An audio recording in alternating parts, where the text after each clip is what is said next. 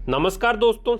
आज के वीडियो उन लोगों के लिए है, यानी कि सब लोगों के लिए है जो ट्रेन के अंदर सफ़र करते हैं। ट्रेन से रिलेटेड कुछ रूल चेंज हुए हैं।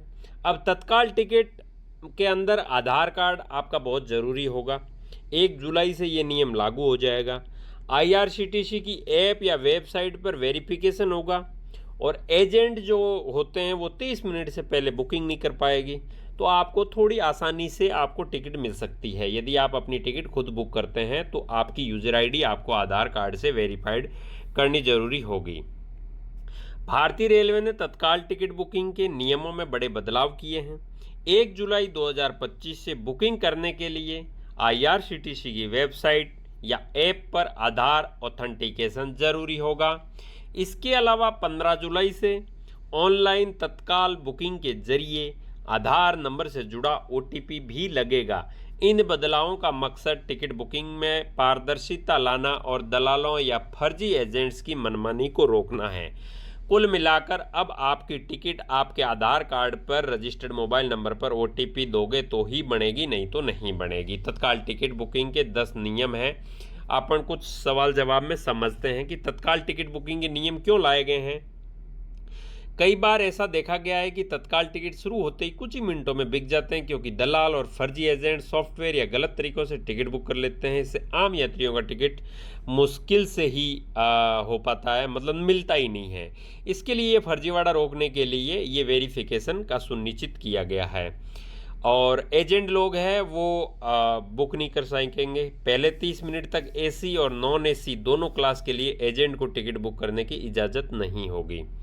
आधार ऑथेंटिकेशन कैसे काम करेगा? अगर आप आईआरसीटीसी की वेबसाइट ऐप से तत्काल टिकट बुक कर रहे हैं तो आपको पहले अपने आधार नंबर को आईआरसीटीसी अकाउंट से लिंक करना होगा। बुक करने जाएंगे और आपके रजिस्टर मोबाइल पर ओटीपी आएगी। काउंटर पर भी सेम प्रोसेस होगी। यदि काउंटर पर भी तत्काल टिकट की लाइन में लगे हो तो आपको आधार का ओटीपी देना होगा। बिना आधार के ओटीपी के आपका टिकट नहीं होगा। अगर आपके पास आधार कार्ड नहीं है तो तत्काल टिकट बुक नहीं कर पाएंगे। ऐसा अभी कोई नियम नहीं है कि आप कर पाएंगे। आपके पास में यदि आधार नंबर नहीं है तो आप रेलवे की टिकट बुक तत्काल वाली नहीं कर पाएंगे। धीरे धीरे ये जनरल की टिकट में ही होगा, लेकिन अभी तत्काल की टिकट में ही बताया गया है।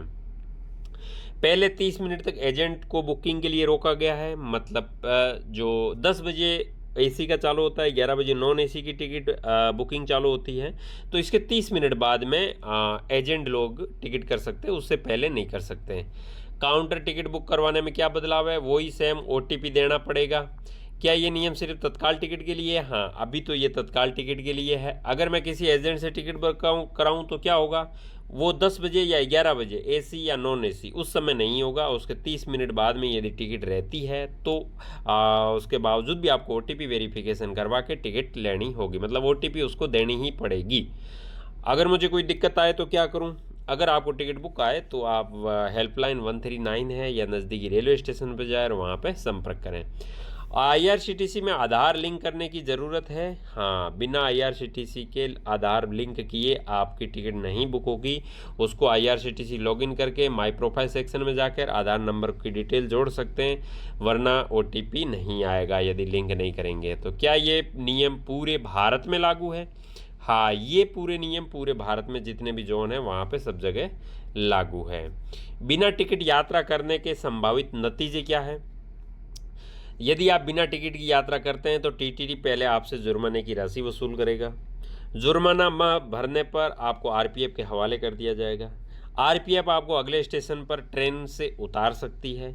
आरपीएफ आपके खिलाफ कार्रवाई कर सकती है। इसके बाद आपको कोर्ट में पेश होना पड़ सकता है। कोर्ट जुर्माना या जेल दोनों की सज़ा सुना सकता है। तो कुल मिलाकर आपको यदि रेलवे की यात्रा करनी है तो 1 जुलाई से तो ये नियम चेंज हो रहा है, लेकिन 15 जुलाई से आपको आपकी जो तत्काल की टिकट है उसके अंदर आपकी आधार ऑथेंटिकेशन ज़रूरी है, तो ही आप टिकट बुक कर सकते हैं। आपकी खुद की पर्सनल यूज़र आईडी होनी चाहिए।